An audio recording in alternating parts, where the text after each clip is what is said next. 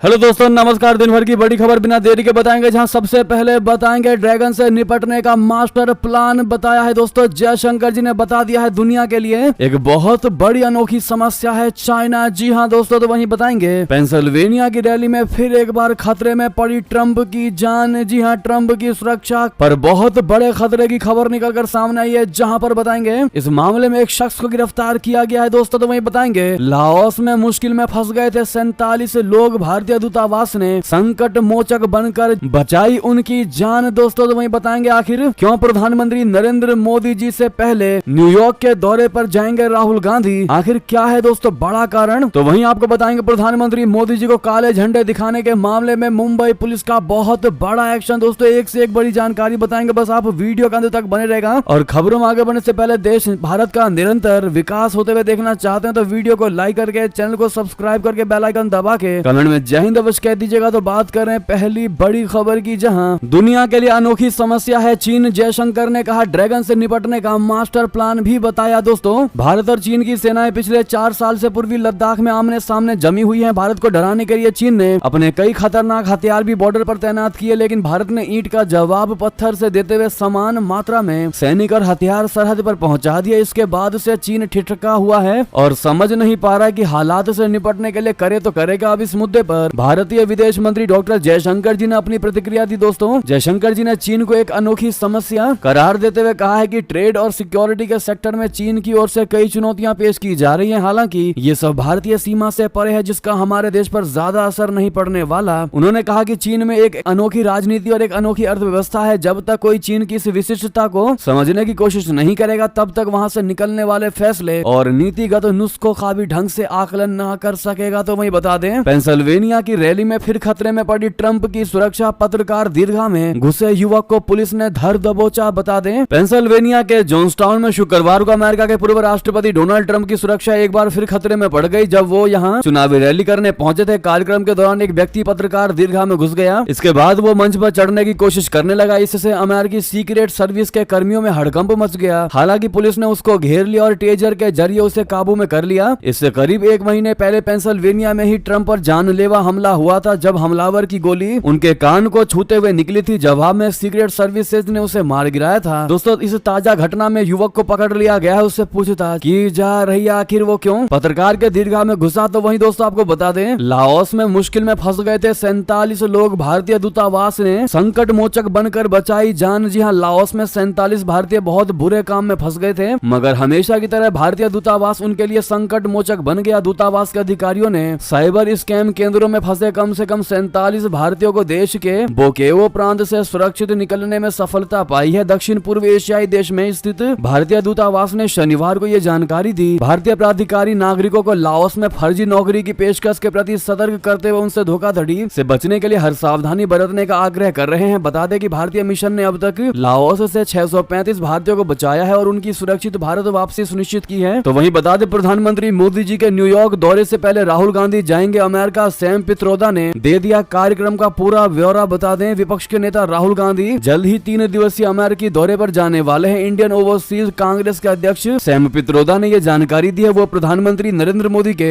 New York दौरे से पहले ही अमेरिका की यात्रा करेंगे। सैम पित्रोदा के अनुसार लोकसभा में विपक्ष के नेता राहुल गांधी 8 से 10 सितंबर तक अमेरिका का दौरा करेंगे। उन्होंने कहा कि जब से राहुल गांधी विपक्ष के नेता बने हैं, तब से 32 देशों में मौजूदगी वाली इंडियन ओवरसीज कांग्रेस के अध्यक्ष के रूप में मुझ पर भारतीय प्रवासी राजनयिकों, शिक्षाविदों, व्यापारियों, नेताओं, अंतर्राष्ट्रीय मीडिया और कई लोगों से राहुल गांधी के लिए अनुरोधों की बौछार हो गई है। राहुल गांधी के साथ अन्य लोग बातचीत करना चाहते हैं, इसलिए सभी उन्हें अपने यहाँ बुलाना पसंद कर रहे हैं। तो दोस्तों, वहीं आपको बता दें, जापान की समुद्री सीमा में फिर घुसा चीनी जहाज, औपचारिक विरोध कराया दर्ज। जी हाँ, चीन अपनी घुसपैठ करने की आदतों से बाज नहीं आ रहा। दूसरे देशों के जल क्षेत्र से लेकर जमीन तक पर चीन की बुरी नजर है। वो दूसरों के क्षेत्र पर अपना कब्जा जमाना चाहता है। ताजा घटना जापान की है। दोस्तों, आरोप है कि चीन ने अपनी जहाजों को जापानी समुद्री सीमा में घुसा दिया। इससे हलचल मच गई। जापान की नौसेना ने तब तक चीनी जहाज का पीछा कर लिया। इसके लिए जापान ने अपने लड़ाकू विमानों और युद्धपोतों को चीनी जहाजों के पीछे लगा दिया। फिर चीन को वापस अपनी सीमा में लौटना पड़ा। घटना के बाद जापान ने शनिवार को अपनी समुद्री सीमा में एक चीनी सर्वेक्षण पोत के घुसने का आरोप लगाया और इस सिलसिले में यहाँ चीनी दूतावास के माध्यम से अपना औपचारिक विरोध दर्ज कराया। जापान के विदेश मंत्रालय ने यह जानकारी दी। विदेश मंत्रालय ने जापान के दक्षिणी पश्चिमी प्रांत कागोशिमा में इस जहाज के नजर आने के के बाद कड़ी चिंता प्रकट की। जापान के रक्षा मंत्रालय का कहना है कि स्थानीय समय अनुसार सुबह 6 बजे उसकी समुद्री सीमा में यह चीनी जहाज दिखा, जो 8 बजे से कुछ समय पहले वहां से चला गया। दोस्तों वहीं आपको बता दें, एक साथ 2000 लोगों ने अपनाया सनातन धर्म। आयोजन स्थल में खुशी का माहौल। जी हाँ, नेपाल में विश्व हिंदू परिषद यानी वीएचपी ने हाल ही में एक बड़ा घर वापसी कार्यक्रम आयोजित किया, जिसमें 2000 ईसाइयों ने स्वेच्छा से हिंदू धर्म को अपनाया। इस कार्यक्रम में नेपाल के विभिन्न क्षेत्रों से आए हजारों लोगों की घर वापसी की गई। इस घर वापसी कार्यक्रम का आयोजन विश्व हिंदू परिषद के राष्ट्रीय संगठन मंत्री और प्रदेश अध्यक्ष ने किया। ईसाई धर्म से लौटे लोगों को वैदिक मंत्रोच्चार और हिंदू विधि विधान के अनुसार सनातन धर्म में शामिल किया गया। कार्यक्रम के दौरान सभी घर वापसी करने वाले लोग बहुत खुश नजर आए। भीम पराजुली ने बताया कि जिन लोगों ने प्रलोभन या अज्ञानता के कारण ईसाई धर्म अपनाया था, उन्हें अब स्वेच्छा से हिंदू धर्म में वापसी की गई है। सुनसरी, मोरंग और अन्य जिलों से हजारों लोग इस कार्यक्रम में शामिल हुए। घर वापसी करने वालों को हनुमान चालीसा भी वितरित की गई है। दोस्तों वहीं बता दें, भारत अब पहले परमाणु हमला न करने की नीति भी बदल देगा। जी हां, आईएनएस अरिघात सबमरीन के शामिल होते ही पाकिस्तानी एक्सपर्ट का सबसे बड़ा बयान। दोस्तों बता दें, भारत की दूसरी परमाणु पनडुब्बी आईएनएस अरिघात नौसेना में शामिल हो गई। आप सभी जानते हैं, लगातार इस खबर को हम कवर कर रहे हैं आपके सामने। और ये अरिहंत श्रेणी की भारत निर्मित दूसरी परमाणु पनडुब्बी है। अरिहंत को साल 2009 में भारतीय नेवी की फ्लीट में शामिल किया गया था। पनडुब्बी को नेवी को सौंपने के बाद इस भारत के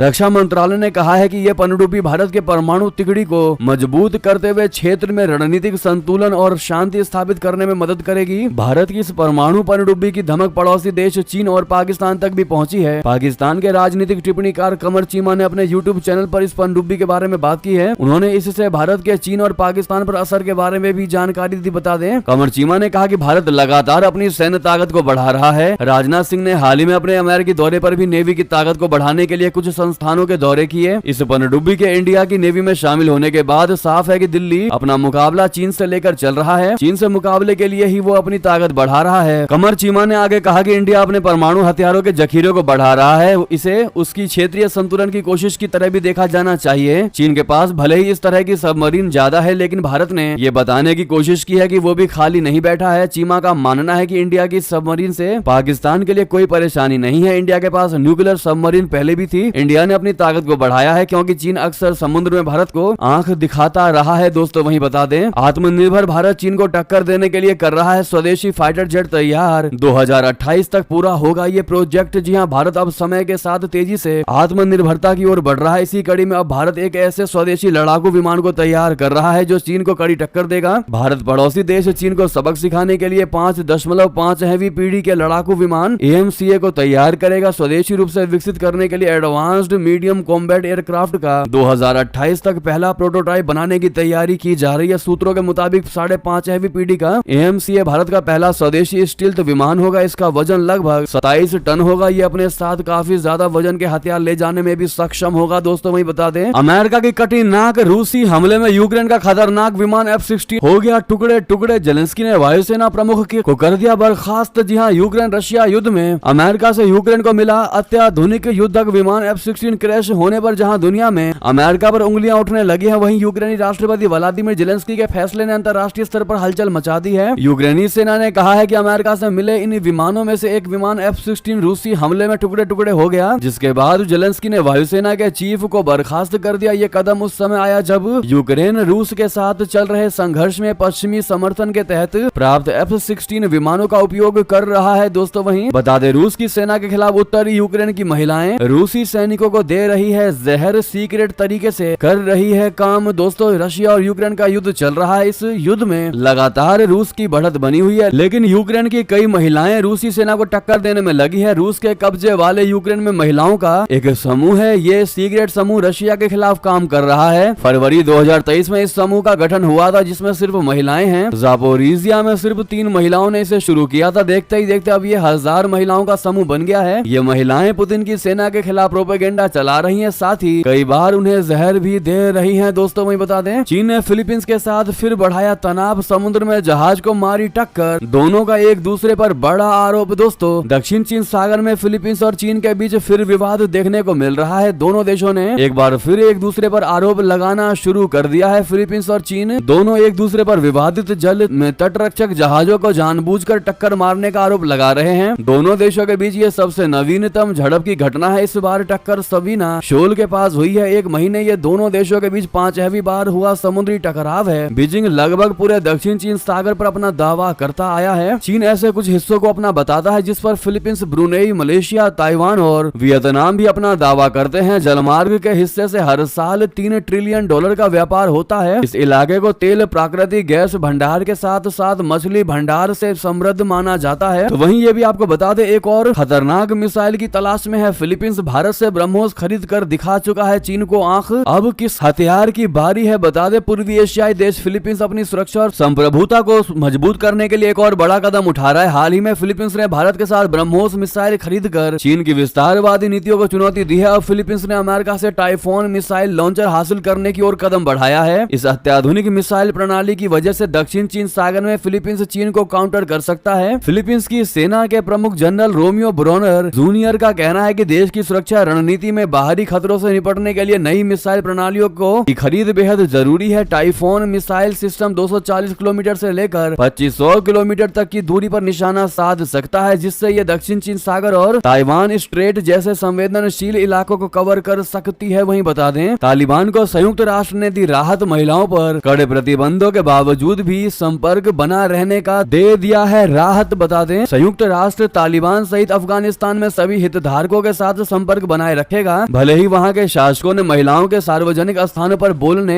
और चेहरा खुला रखने पर प्रतिबंध लगा दिया हो। न्यूयॉर्क में संयुक्त राष्ट्र के प्रवक्ता स्टीफन दुजारिक ने अफगानिस्तान में संयुक्त राष्ट्र सहायता मिशन और इसकी प्रमुख रोजा ओटुनबायेवा का बचाव करते हुए कहा है कि नए कानून अफगानिस्तान के भविष्य के लिए एक दुखद दृष्टिकोण पेश करते हैं। तालिबान की ओर से हाल ही में नए नियमों की एक लिस्ट जारी की गई है। रोजा ने पिछले हफ्ते कहा था कि नए कानून महिलाओं और लड़कियों के अधिकारों पर पहले से ही लगे असहनीय प्रतिबंधों को बढ़ाते हैं, यहाँ तक कि घर के बाहर महिलाओं की आवाज को भी नैतिक उल्लंघन माना जाता है। अब ऐसे में दोस्तों, संयुक्त राष्ट्र जो वाकई में दुनिया के कल्याण के लिए बना है, पृथ्वी पर जितने भी देश है उनके यहाँ पर मानवता पर आंच न आए उसके लिए संयुक्त राष्ट्र बना है दोस्तों। लेकिन अब ऐसे में महिलाओं पर प्रतिबंध लगाए गए हैं, लेकिन उसके बावजूद भी तालिबान के साथ संयुक्त राष्ट्र संबंध बनाए रखेगा। कहीं ना कहीं ये भी बहुत बड़ा सवाल खड़ा करता है दोस्तों संयुक्त राष्ट्र के एग्जिस्टेंस पर। आखिर संयुक्त राष्ट्र का फिर क्या ही मतलब हुआ दोस्तों, अगर आप मानवताओं पर सवाल नहीं खड़े कर सकते। तो वहीं आपको बता दें, भारत अमेरिका रक्षा नवाचार में मजबूती पर वार्ता 9 सितंबर को होगी। उन्नत प्रौद्योगिकी भागीदारी पर शिखर सम्मेलन। जी हां, भारत अमेरिकी रणनीतिक साझेदारी मंच ने कहा कि वो दोनों देशों के बीच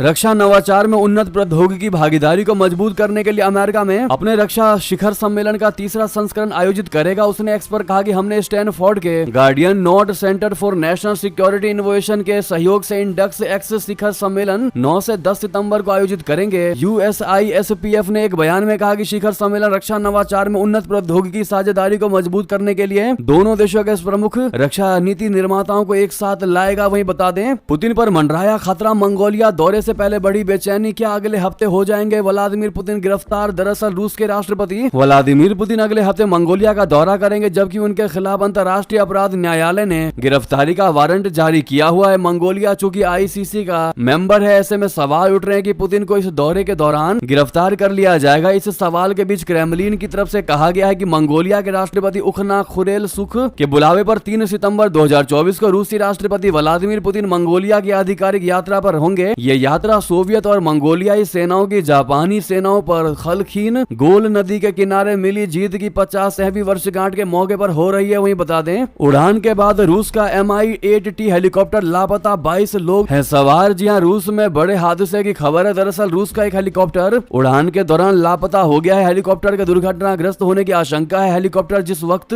लापता हुआ उस वक्त उसमें 3 क्रू के सदस्यों समेत कुल 22 लोग सवार थे। मीडिया रिपोर्ट्स के अनुसार रशिया की Mi-8T हेलीकॉप्टर ने शनिवार को रूस के पूर्वी इलाके में स्थित कामाचाटका पेनिसुला से उड़ान भरी थी। हेलीकॉप्टर में 3 क्रू सदस्यों समेत कुल 22 लोग सवार थे। वहीं बता दें, आखिर कौन है ये एयर मार्शल तेजिंदर सिंह, जिन्हें बनाया गया deputy chief of air staff. दोस्तों, भारतीय वायुसेना ने एयर मार्शल तेजिंदर सिंह को नया deputy chief of air staff नियुक्त किया है। वो रविवार से कार्यभार यानी आज से कार्यभार संभालेंगे। इस पद पर बैठे अधिकारी वायुसेना के आधुनिकीकरण और खरीद के प्रभारी होते हैं। एयर मार्शल तेजिंदर सिंह मई 2023 से सभी महत्वपूर्ण पूर्वी कमान के वरिष्ठ एयर स्टाफ अधिकारी थे। वो एक अनुभवी लड़ाकू पायलट हैं, जिन्हें कई विमानों को 4500 घंटों से अधिक समय तक उड़ान का अनुभव है। एयर मार्शल तेजिंदर सिंह ने अपने लंबे करियर में ग्रुप ए फ्लाइंग इंस्ट्रक्टर के रूप में कई महत्वपूर्ण कमांड और स्टाफ स्टाफ की नियुक्तियां की है। जी हाँ, वो ऐसे समय में नियुक्तियां संभाल रहे हैं जब भारतीय वायुसेना को LCA mark 1A, LCA mark 22 और अपने सुखोई 30 MKI बेड़े के अपग्रेड सहित कई महत्वपूर्ण विमान प्रोजेक्ट को आगे बढ़ाना है। तो वहीं बता दें, हरियाणा जम्मू कश्मीर के साथ महाराष्ट्र में भी क्या हारेगी बीजेपी? आखिर आम आदमी पार्टी ने ये सबसे बड़ा दावा कर दिया है। दोस्तों, क्या है इस दावे की असली वजह बता दें, क्यों विपक्षी लगातार बीजेपी को गर्त में जाते हुए देखना चाहते हैं। दरअसल आम आदमी पार्टी ने शनिवार को दावा किया है कि बीजेपी की उल्टी गिनती लोकसभा चुनाव के साथ ही शुरू हो गई और हरियाणा सहित सभी आगामी विधानसभा चुनावों में हारेगी। आपके यानी आम आदमी पार्टी के वरिष्ठ नेता एवं दिल्ली के पूर्व उप मुख्यमंत्री मनीष सिसोदिया ने एक बयान में कहा कि लोकसभा चुनाव के नतीजों के बाद भाजपा डरी हुई है क्योंकि लोग उसे अब खारिज कर रहे हैं। इससे एक दिन पहले निर्वाचन आयोग ने बिश्नोई समुदाय के त्योहार के मद्देनजर हरियाणा विधानसभा चुनाव के मतदान की तारीख बदलकर 1 अक्टूबर के बजाय 5 अक्टूबर करने की घोषणा की थी। जी हाँ, सिसोदिया ने कहा कि इस साल लोकसभा चुनाव के साथ ही भाजपा की उल्टी गिनती शुरू हो गई। अगर विधानसभा चुनाव की तारीखें बदल भी दी गई तो भी पार्टी सभी राज्यों में हार जाएगी। लेकिन दोस्तों, ऐसे में आम आदमी पार्टी द्वारा किए जा रहे इस दावे पर आपकी क्या राय होगी? दोस्तों, क्या आपको भी यही लगता है कि विपक्ष बौखला गया है और बौखलाहट में ऐसा बयान दे रहा है? तो वहीं बता दे, जम्मू कश्मीर चुनाव के लिए तैयार था राहुल गांधी का ब्लूप्रिंट, लेकिन एक मजबूरी ने बदल दी पूरी तस्वीर। दोस्तों, भारत के सबसे महत्वपूर्ण और शानदार राज्य जम्मू कश्मीर में आखिरकार डेमोक्रेसी के दिन बोहर रहे हैं। अब वहां विधानसभा चुनाव का भी बिगुल बज गया है। कांग्रेस के आला कमान ने वहां पहुंचकर नेशनल कॉन्फ्रेंस के साथ गठबंधन का भी ऐलान कर दिया है। लेकिन इसी बीच जम्मू कश्मीर कांग्रेस के मुखिया ने एक ऐसा बयान दे दिया जिसकी चर्चा होने लगी है। उनकी माने तो विधानसभा चुनाव के लिए राहुल गांधी का ब्लूप्रिंट पहले से ही तैयार था, लेकिन एक मजबूरी ने के चलते उन्हें बड़ा निर्णय लेना पड़ा। तारिक हमीद कर्रा के बयान से साफ है कि जम्मू कश्मीर में राहुल गांधी अकेले ही बिना किसी गठबंधन के बिना मैदान में उतरने को तैयार थे, लेकिन राष्ट्रीय स्तर पर नेशनल कॉन्फ्रेंस के साथ होने की वजह से उन्होंने साथ लड़ने का फैसला किया है। वहीं बता दें, गाजा में रुकेगी जंग, 6 लाख से ज्यादा बच्चों को दी जाएगी पोलियो वैक्सीन। 25 वर्षों में सामने आया पहला केस। दोस्तों, संयुक्त राष्ट्र विश्व स्वास्थ्य संगठन ने गुरुवार को घोषणा की है कि गाजा में लड़ाई में सीमित विराम दिया जाएगा। ये इसलिए किया जाएगा ताकि लाखों बच्चों को पोलियो का टीका लगाया जा सके। बता दें कि घोषणा फलस्तीनी क्षेत्र में 25 वर्षों में पहली बार एक बच्चे में पोलियो के संक्रमण की पुष्टि होने के बाद की गई है। एपी के मुताबिक फलस्तीनी क्षेत्र में विश्व स्वास्थ्य संगठन यानी WHO के प्रतिनिधि रिक पीपर कौर ने कहा कि युद्धग्रस्त क्षेत्र के विभिन्न इलाकों में 3 दिन और फिर उत्तरी गाजा में 3 दिन का विराम होगा। उन्होंने कहा कि उन्हें लगता है कि टीकाकरण पूरा करने के लिए उन्हें अतिरिक्त दिनों की आवश्यकता पड़ सकती है। वहीं बता दें, बांग्लादेश की पूर्व पीएम शेख हसीना के खिलाफ हत्या के 2 और नए मामले हुए दर्ज। अब तक 84 मामलों में हुई FIR। दोस्तों, बांग्लादेश के अपदस्थ प्रधानमंत्री शेख हसीना और उनके पूर्व कैबिनेट मंत्रियों के खिलाफ देश में कोटा सुधार विरोध प्रदर्शनों के दौरान 2 BNP कार्यकर्ताओं सहित 3 लोगों की हत्या के लिए 2 नए हत्या के मामले दर्ज किए गए हैं। शुक्रवार को ढाका की अदालतों में ये दोनों मामले दर्ज किए गए हैं। ये हसीना के खिलाफ दर्ज विभिन्न मामलों में नए मामले हैं। सरकारी नौकरियों में आरक्षण प्रणाली के विरुद्ध विद्यार्थियों के भारी प्रदर्शन के बाद हसीना 5 अगस्त को अपना पद छोड़ भारत चली गई थी। वहीं बता दें, बांग्लादेश में 59 लोगों की मौत। भयानक बाढ़ ने 11 जिलों में मचाई हड़कंप तबाही। 50 लाख से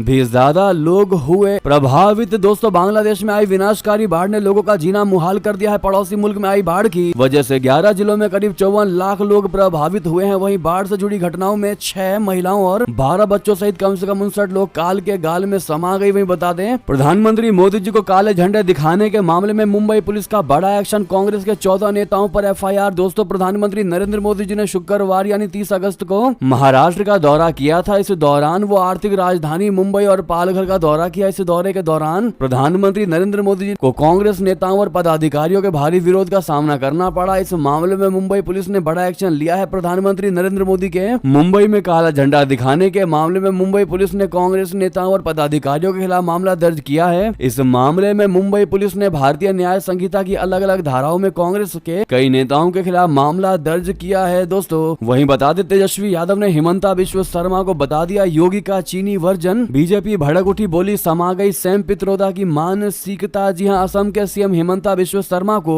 योगी आदित्यनाथ का चीनी वर्जन बताए जाने पर बीजेपी ने RJD नेता तेजस्वी यादव पर निशाना साधा है। पार्टी ने कहा कि इस तरह की ओछी टिप्पणी गठबंधन के नेताओं की नस्लवादी मानसिकता को दर्शाती है। बीजेपी प्रवक्ता शहजाद पूनावाला ने कहा है कि तेजस्वी यादव में राहुल गांधी के गुरु सैम पित्रोदा की मानसिकता समा गई है। पित्रोदा ने भी पूर्वोत्तर भारत के लोगों का मजाक उड़ाया था और अब वही काम तेजस्वी यादव कर रहे हैं। तो वहीं आपको बता दें दोस्तों, वर्ल्ड लीडर्स फोरम में प्रधानमंत्री मोदी जी का बयान। कहा पिछले 1 दशक में 25 करोड़ लोग गरीबी से बाहर आए। जी हां, प्रधानमंत्री नरेंद्र मोदी मोदी जी ने शनिवार को ईटी वर्ल्ड लीडर्स फोरम को संबोधित करते हुए कहा कि पिछले 10 वर्षों में वैश्विक अर्थव्यवस्था 35% बढ़ी है और हमारी अर्थव्यवस्था पिछले 10 वर्षों में लगभग 90% बढ़ी है और यह टिकाऊ विकास है जो हमने हासिल किया है। तो वहीं बता दें, महिलाओं के खिलाफ अपराधों पर फैसलों में आए तेजी। सीजेआई की मौजूदगी में पीएम मोदी की सुप्रीम कोर्ट के जजों से बड़ी अपील। दोस्तों, कोलकाता रेप कांड की सीबीआई जांच के बीच प्रधानमंत्री नरेंद्र मोदी ने बड़ा बयान दिया। उन्होंने कहा है कि महिलाओं की सुरक्षा सुनिश्चित करने के लिए देश को उनके खिलाफ अपराध के मामलों में तेजी से फैसले की आवश्यकता है। इस दौरान देश के मुख्य न्यायाधीश डीवीआई चंद्रचूड़ सहित सुप्रीम कोर्ट के कई बड़े जज मौजूद थे। आपको बता दें कि इस मामले पर सुप्रीम कोर्ट ने स्वतः संज्ञान लिया था और पश्चिम बंगाल की ममता सरकार पर कई सवाल खड़े कर दिए थे। वहीं बता दें, यूपीएस के बाद मिनिमम पेंशन बढ़ाकर क्या 7500 रुपए कर देगी सरकार? आखिर वित्त मंत्री ने क्या कहा? दरअसल केंद्र सरकार ने पिछले दिनों सरकारी कर्मचारियों को पेंशन बहाली की मांग पर एक कदम आगे बढ़ते हुए यूनिफाइड पेंशन स्कीम यानी यूपीएस को मंजूरी दे दी है। इसके साथ ही अब प्राइवेट सेक्टर से रिटायर होने वाले कर्मचारियों की न्यूनतम पेंशन को बढ़ाकर 7500 रुपए करने की मांग ने जोर पकड़ लिया है। प्राइवेट कर्मचारियों के पेंशनर्स का संगठन पिछले काफी समय से पेंशन बढ़ाने की मांग कर रहा है। इसी मांग के सिलसिले में संगठन के प्रतिनिधियों ने वित्त मंत्री निर्मला सीतारमण से मुलाकात की है। वित्त मंत्री से मुलाकात के दौरान न्यूनतम पेंशन को बढ़ाकर 7500 रुपए महीने करने की मांग की गई। समिति के अनुसार सीतारमण ने आश्वासन दिया है कि सरकार उनकी आवश्यकताओं के प्रति संवेदनशील है और उनकी मांग को पूरा करने का रास्ता निकालने का प्रयास अवश्य करेगी। दोस्तों, वहीं माता वैष्णो देवी जाने वाले भक्तों का सफर और भी ज्यादा आसान बनाने के लिए रेलवे ने बड़ी सुविधा दे दी है। उत्तर रेलवे के फिरोजपुर रेल मंडल के प्रवक्ता ने शनिवार को बताया कि सोमवती अमावस्या के अवसर पर यात्रियों की सुविधा और अतिरिक्त भीड़ को कम करने के लिए रेलवे द्वारा विशेष रेलगाड़ी का संचालन किया जाएगा। ये विशेष ट्रेन श्री माता वैष्णो देवी कटरा से हरिद्वार के बीच 2 ट्रिप में चलेगी। दोस्तों, बाकी सारी जानकारियां आप देख ही पा रहे होंगे। बहरहाल ये तो की सारी बड़ी खबरें। आपको हमारी खबर कैसी लगी? आशा करता हूँ बहुत अच्छी लगी होगी। थोड़ी भी अच्छी लगी तो वीडियो को लाइक करके चैनल को सब्सक्राइब करके बेल आइकन दबा के कमेंट में जय हिंद करना मत भूलिएगा। मिलता अगली बड़ी खबर में। वीडियो को शेयर कर दीजिएगा व्हाट्सएप, फेसबुक, ट्विटर पर। जय हिंद, जय भारत।